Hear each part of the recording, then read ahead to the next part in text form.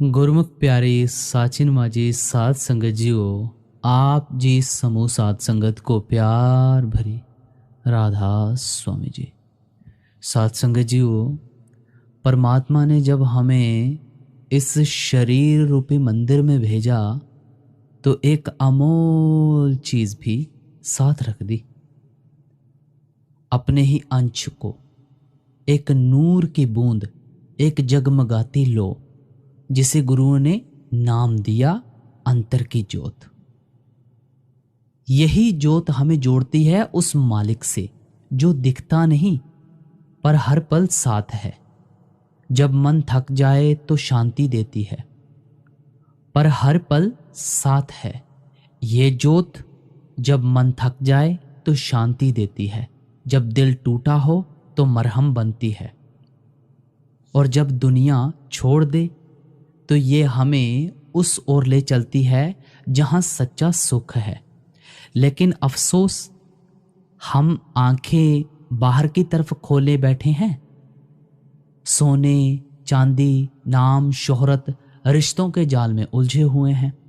हमें पता ही नहीं कि जिस ज्योति की हम तलाश कर रहे हैं वो तो हमारे हृदय में ही जल रही है।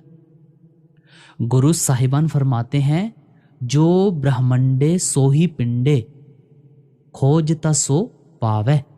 यानी जो बाहर है वो अंदर भी है, लेकिन खोजने वाला चाहिए, खोजने वाला।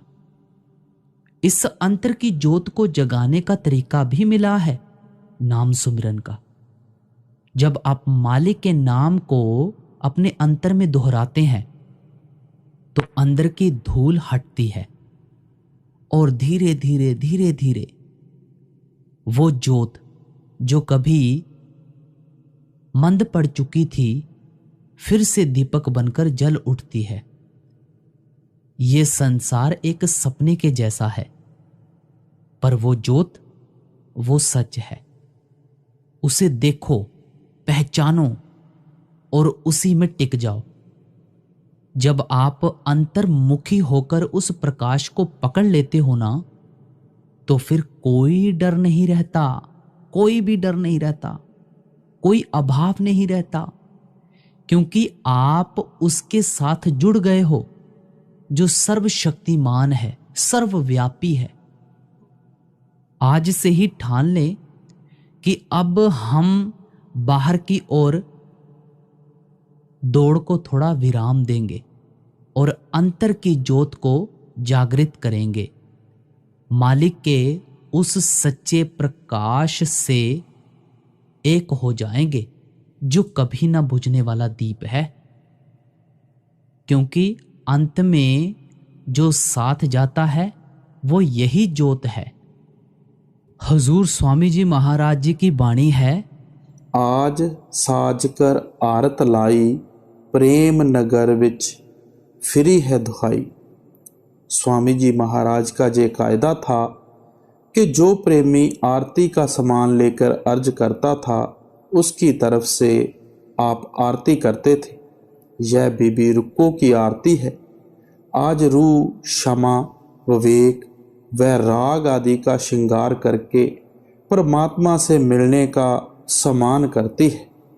प्रेम नगर में दुहाई फिर गई कि एक प्रेमी रूह परमात्मा को मिलने चली है। विरहे व्याथ्या के लुट गए डेरे, मिल गए राधा स्वामी बिछड़े मेरे। जो विजोग थे सब उजड़ गए, अर्थात मालिक के साथ मिलाप हो गया।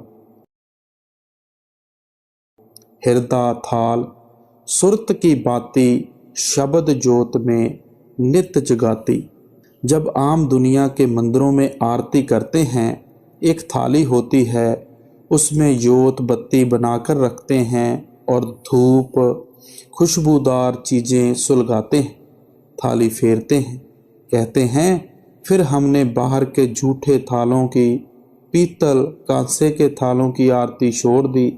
क्या किया? हृदय का तो थाल है, रूह की बत्ती है, उसको किसके साथ लगा दिया? शब्द की ज्योत के साथ। ऐसी ज्योत जलाकर मालिक की आरती करते हैं। ना दूसरे थाल की जरूरत है, ना बत्ती की। आरत फेरूं सन्मुख ठाड़ी, प्रीत उमंग मेरी शिन शिन बाड़ी। जब सन्मुख होकर आरती करने लगी तो प्रेम प्रीत बढ़ गई।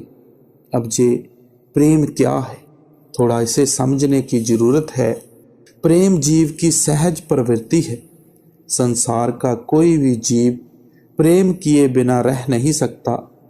प्रेम दुनिया के सब जीव करते हैं। कोई बेटे बेटियों से प्रेम करता है, कोई धन दौलत से प्रेम करता है, कोई कौमों मजहबों मुल्कों धर्मों की मान वड्याई से प्यार करता है। लेकिन ये नश्वर पदार्थ और रिश्ते नाते हमारे प्यार के काबिल नहीं है। केवल वह अमर अविनाशी और पूर्ण प्रभु ही हमारे प्रेम का सच्चा आधार हो सकता है। संत मत में भी प्रेम की अपार महिमा की गई है। गुरमत या संत मत को प्रेम मार्ग, भक्ति मार्ग या प्रेमा मार्ग भी कहा गया है। कुछ लोग परमार्थ में उन्नति के लिए कर्म मार्ग, ज्ञान मार्ग, हठ मार्ग और त्याग मार्ग आदि पर बल देते हैं, लेकिन संत मत में केवल प्रेम की ही बढ़ाई है। भक्ति मार्ग को अपनाने वाले संतों महात्माओं ने आत्मा और परमात्मा के रिश्ते को पति पत्नी, सेवक स्वामी, भक्त भगवान, पुत्र माता, पुत्र पिता आदि के संबंध द्वारा प्रकट करने का प्रयास किया है।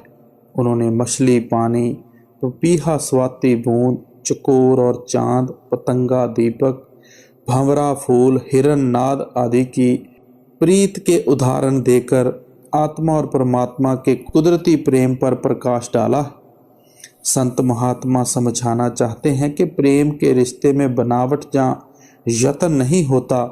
आत्मा और परमात्मा में प्रेम का सहज संबंध होता है। द्वैत, आपा भाव या खुदी का त्याग प्रेम की सहज प्रवृत्ति है। हम जिससे प्रेम करते हैं उस पर अपना आप कुर्बान कर देते हैं। प्रेमी अपने प्रीतम का रूप हो जाना चाहता है, उसमें अभेद हो जाना चाहता है। प्रेम में मैं मेरी समाप्त हो जाती है और तू ही तू की अवस्था पैदा हो जाती है। कबीर साहब फरमाते हैं, जब मैं था तब गुरु नहीं, अब गुरु है हम नहीं। प्रेम गली अत साकरी, ता मैं दो ना समाए। हजरत ईसा कहते हैं कि प्रेम परमात्मा है और परमात्मा प्रेम है। God is love and love is God. प्रेम का अर्थ प्रबल आकर्षण है जिस पर अपना आप वश नहीं चलता। आत्मा परमात्मा की अंश है। आत्मा और परमात्मा की आपस में कुदरती कशिश है। सूफी दरवेशों ने इस बात पर बल दिया है कि प्रेम की शुरुआत परमात्मा से होती है। वही आत्मा से प्रेम करता है और वही आत्मा के अंदर अपने साथ मिलाप की तड़प पैदा करता है। यह तड़प ही आत्मा और परमात्मा के मिलाप का सच्चा साधन बन जाती है। हर प्रकार के परमार्थी साधन का असल उद्देश्य आत्मा के अंदर परमात्मा के प्रेम को जागृत और प्रफुल्लित करना है। संतों महात्माओं ने उपदेश का 2 शब्दों में सार यह दिया है कि संसार का प्रेम आत्मा को संसार से बांध कर रखता है और परमात्मा का प्रेम इसे संसार के प्रेम से मुक्त करके परमात्मा से मिला देता है। गुरु नानक साहब की वाणी है, मन रे क्यों छूटे बिन प्यार। प्रभु के प्रबल प्रेम के बिना दूसरी कोई चीज आत्मा को संसार के मोह की शक्तिशाली जंजीरों से नहीं छुड़ा सकती। संत नामदेव जी कहते हैं, नामे प्रीत नारायण लागी, सहज सुभाई भाइयों वैरागी। जब हृदय में प्रभु प्रेम का सागर उमड़ता है तो जीवात्मा के अंदर स्वयं ही वैराग पैदा हो जाता है। संतों महात्मा और हठ मार्गी साधकों में यही मूल अंतर है कि हठ मार्गी जबरदस्ती मन को संसार से निकालने की कोशिश करते हैं, जबकि प्रेम मार्गी से प्रभु प्रेम के द्वारा संसार की दलदल से निकालने का यत्न करते हैं। एक सूफी दरवेश ने कहा है, लख वारी जे करें इबादत कदे ना बने नमाजी, जे कर प्यार ना होसी पल्ले रब ना होसी राजी। प्रेम, भक्ति और पूजा सबका एक ही अर्थ है, सबका ध्येय प्रीतम की प्राप्ति है। ज्ञान मार्ग, हठ मार्ग, कर्म मार्ग सब रूखे और फीके हैं। प्रेम मार्ग जहाँ भक्ति मार्ग में रस और आनंद है। प्रेमी प्रेम किए बिना रह नहीं सकता, उसे प्रेम की पीड़ा में भी आनंद मिलता है। स्वामी जी महाराज कहते हैं, जोग बैराग ज्ञान सब रूखे, जय रस उनमें दिखे ना ताए। भक्ति जहाँ प्रेम व अलौकिक रस है, जहाँ आनंद है, जो आत्मा को हर दूसरी चीज से निकाल कर स्वाभाविक ही प्रभु रूपी प्रीतम पर केंद्रित कर देता है। हर प्रकार के जप तप सिमरन और ध्यान का उद्देश्य मन और आत्मा को एकाग्र करना है। प्रेम में यह कार्य सहज रूप से हो जाता है। संत चरणदास जी कहते हैं, प्रेम लता जब लहरे, मन बिना जोग ही ठहरे। जब तक पूजा पाठ तीर्थ व्रत कर्म धर्म संयम आदि हर प्रकार के साधन बाहर मुखी हैं। प्रेम ऐसी अंतर्मुख लगन है जिसमें मन सहज ही वश में आ जाता है। प्रेमी अपने ख्याल को हर तरफ से हटाकर प्रीतम में लीन कर देता है। वह प्रेम में मस्त होकर एक मन एक चित्त हो जाता है और द्वैत में एकता में आ जाता है। आत्मा और परमात्मा के बीच सबसे बड़ी रुकावट हौमे यानी अहं की है। अहं के रोग की सबसे उत्तम औषधि प्रेम है। प्रेम का आधार ही अपने आप को प्यार करने के स्थान पर प्रीतम से प्यार करना है। जब तक पूजा पाठ ज्ञान ध्यान हर प्रकार के कर्म अहम में वृद्धि करते हैं, परंतु प्रेमी अपना आप ही प्रीतम पर नशावर कर देता है। प्रीतम में लीन होकर प्रीतम का रूप हो जाता है। प्रेम में स्वर्पण का स्वाभाविक गुण है। प्रेमी अपनी इच्छा के स्थान पर प्रीतम की इच्छा को मुख्य रखता है।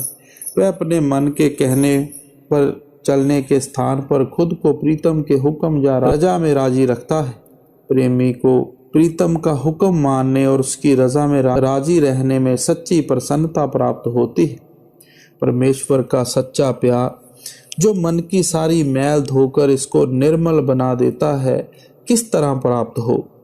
तो संत सतगुरु जगत में परमेश्वर का प्रत्यक्ष रूप है और वही हमारे प्रेम का सच्चा आधार है। गुरु नानक देव जी कहते हैं, बिन गुर प्रीत ना उपजे, हमें मैल ना जाई। कि सतगुरु के बिना ना मन में प्रभु का प्रेम पैदा होता है, ना ही हमें की मैल दूर होती है। तन नगरी विच वजत ढंडोरा, भागे चोर जोर भया थोड़ा। अब यह सारा हाल सहंस दल कमल का है। सहंस दल कमल की ज्योति जगाई, वहाँ 1000 बत्ती की ज्योति है जो सारे खंडों ब्रह्मंडों को रोशन करती है। जिस वक्त वह ज्योति जली, इतनी रोशनी हो गई कि सारे खंडों ब्रह्मंडों में प्रकाश हो गया। वहाँ अमृत बरसता है। पहले रूह आँखों से बाहर बैठी थी, जो अमृत था काम क्रोध पी रहे थे। इसका माल डाकू ले जा रहे थे। जब इसको होश आई, अपना घर संभाल लिया। जो चोर थे निकल कर बाहर हो गए। जे लड़कों की शक्ल बनाकर निकलते हैं और बताकर जाते हैं कि घर का मालिक आ गया, अब हमारा गुजारा नहीं। जय सब कुछ सहंस दल कमल में है। मंदिरों की आरती झूठी है। आप सभी के अंदर आरती हो रही है। आप सो जाते हैं, वह नहीं सोती। आदमी बाहर बैठे हैं, माल डाकू लूट रहे हैं। जब रूह अंदर गई, माल संभाला, डाकू बाहर आ गए। सील शिमा आए थाना गाड़ा, काम क्रोध पर पड़ गया धाड़ा। काम निकल गया और उसके बदले क्या आ गया? शील पाक दामनी ब्रह्मचार्य।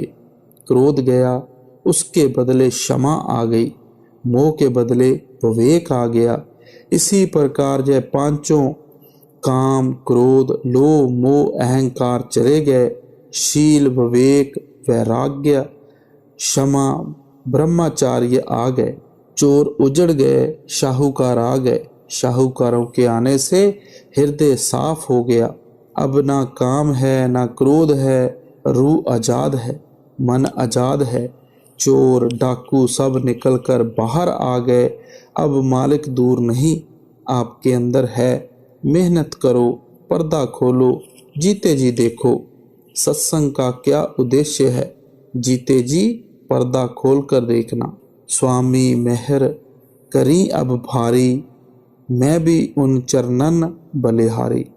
अब गुरु साथ है, मदद देने को तैयार है।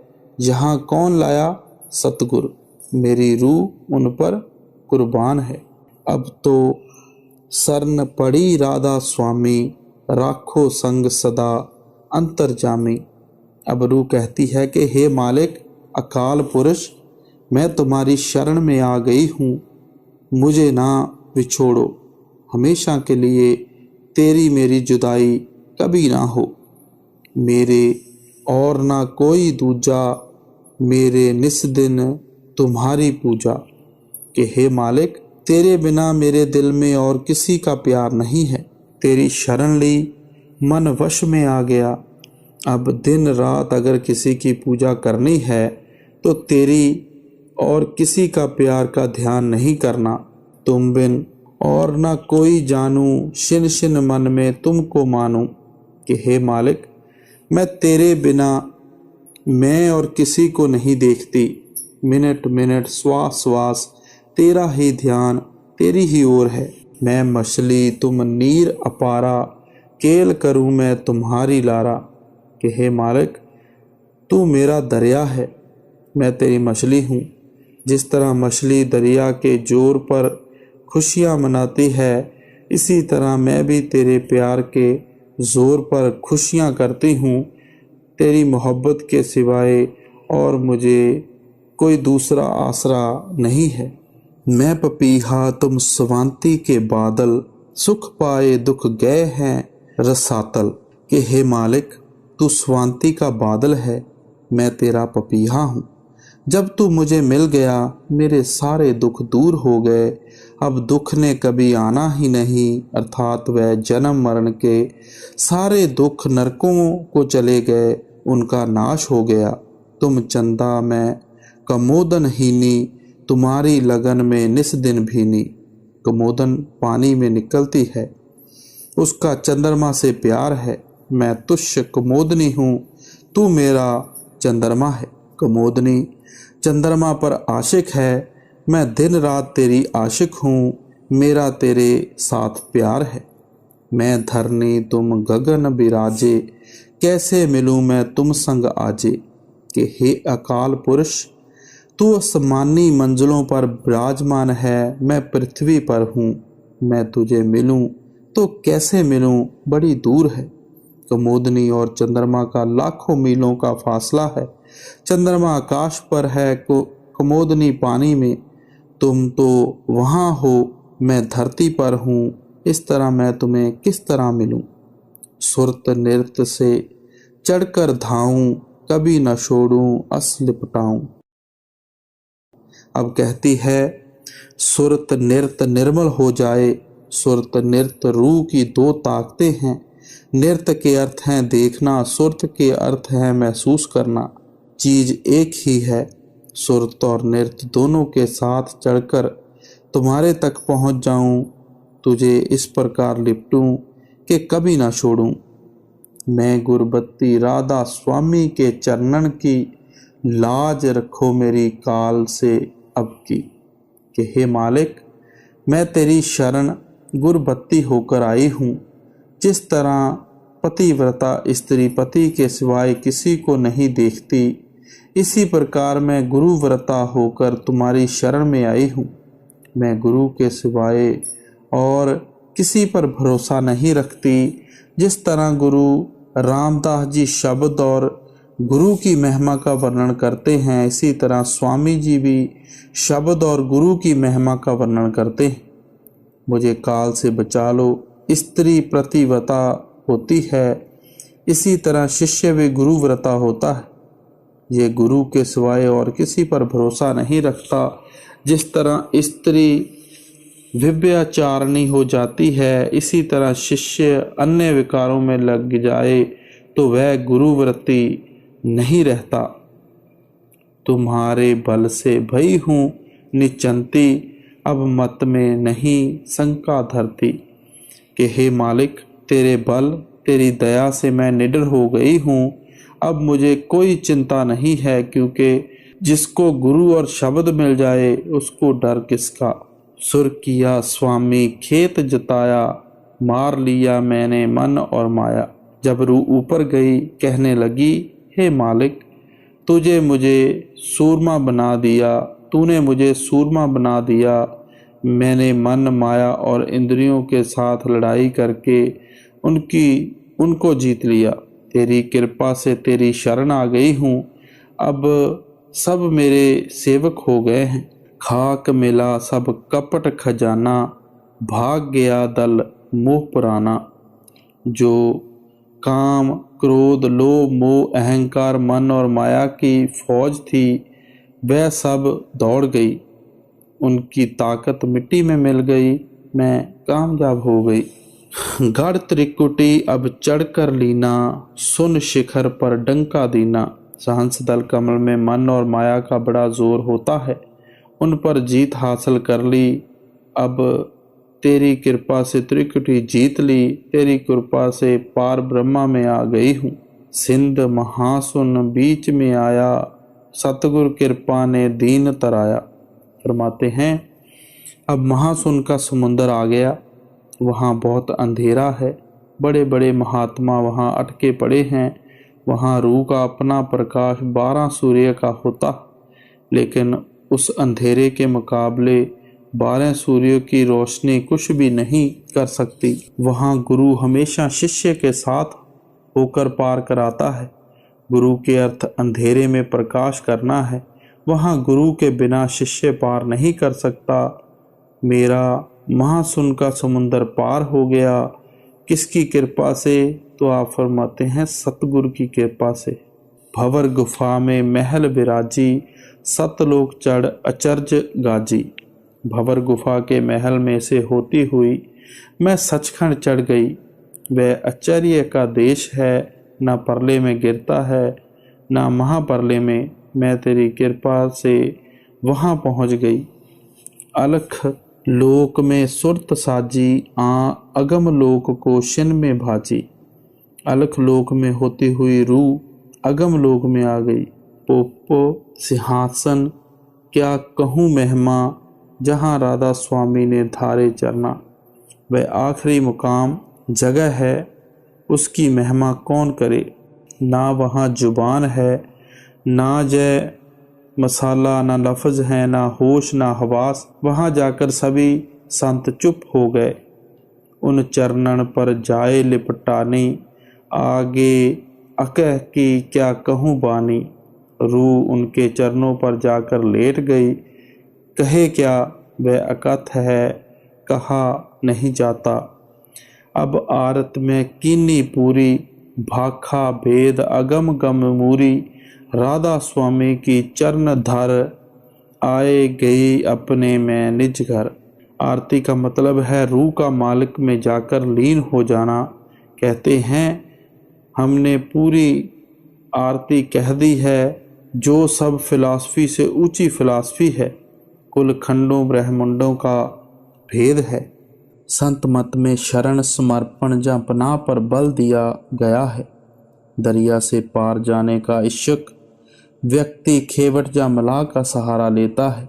इसी तरह जब परमार्थ का सच्चा जिज्ञासु यह महसूस करता है कि वह अपनी बल बुद्धि द्वारा संसार रूपी भवसागर को पार करके प्रभु से मिलाप नहीं कर सकता, तो वह ऐसे संत सतगुरु का सहारा या शरण ढूंढता है जो स्वयं प्रभु से मिलाप कर चुका हो और उसे भी प्रभु से मिलाप करवाने की योग्यता रखता हो। अपनी निर्बलता का एहसास और सतगुरु की योग्यता का विश्वास शरण की नींव है। नाव में सवार व्यक्ति नावक पर भरोसा रखता है और चुपचाप नाव में सवार रहता है। नाव को लहरों के कई थपेड़े लगते हैं। नाव कई बार डावाडोल होती है, लेकिन यात्री को पूरा विश्वास होता है कि नाविक नाव को जरूर पार ले जाएगा। गुरु नानक साहब की वाणी है, पत्तन कूके पातनी, वंजो ध्रुक पिलाड़ पार पतवंदड़े डिठो मैं सतगुर बहुते चाड़। आप कहते हैं कि जिस तरह दरिया के किनारे नौका लिए खड़ा मला पुकारता है कि यदि उस पार जाना चाहते हो तो मेरी नाव में सवार हो जाओ, इसी तरह संसार रूपी भवसागर के किनारे अपनी किश्ती लिए खड़े सतगुरु जीवों को पुकारते हैं कि यदि उस पार जाकर प्रभु से मिलाप करना चाहते हो तो मन मत त्याग कर मेरी शरण रूपी नौका में सवार हो जाओ। सतगुरु की शरण लेने से पहले जीव मन मर्जी के अनेक प्रकार के साधनों द्वारा प्रभु से मिलाप का यत्न करता है, मगर जब वह सतगुरु की शरण स्वीकार कर लेता है तो उसे चाहिए कि वह प्रभु प्राप्ति के लिए केवल सतगुरु द्वारा बताई गई युक्ति को ही सच्चा और ठीक माने और दूसरी किसी भी युक्ति का साधन की ओर मन को ना जाने दे।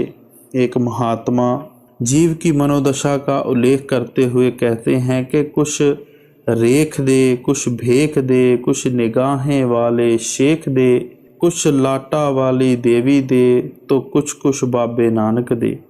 कि जो व्यक्ति कभी ज्योतिषियों की ओर दौड़ता है, कभी भेषी साधुओं के पास जाता है, कभी देवी देवताओं की पूजा में लग जाता है और साथ ही संत सतगुरु का शिष्य होने का भी दिखावा करता है, वह परमार्थ में कभी भी उन्नति नहीं कर सकता।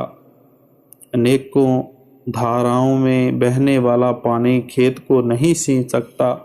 एक दृष्टांत है कि एक किसान का बैल खो गया। उसने पहले एक देवता के मंदिर में जाकर यह मन्नत मांगी कि यदि मेरा बैल मिल गया तो मैं 20 रुपए का चढ़ावा चढ़ाऊंगा। इसके बाद उसके गांव के हर धर्म स्थान पर जाकर ऐसी ही मन्नत मांगी।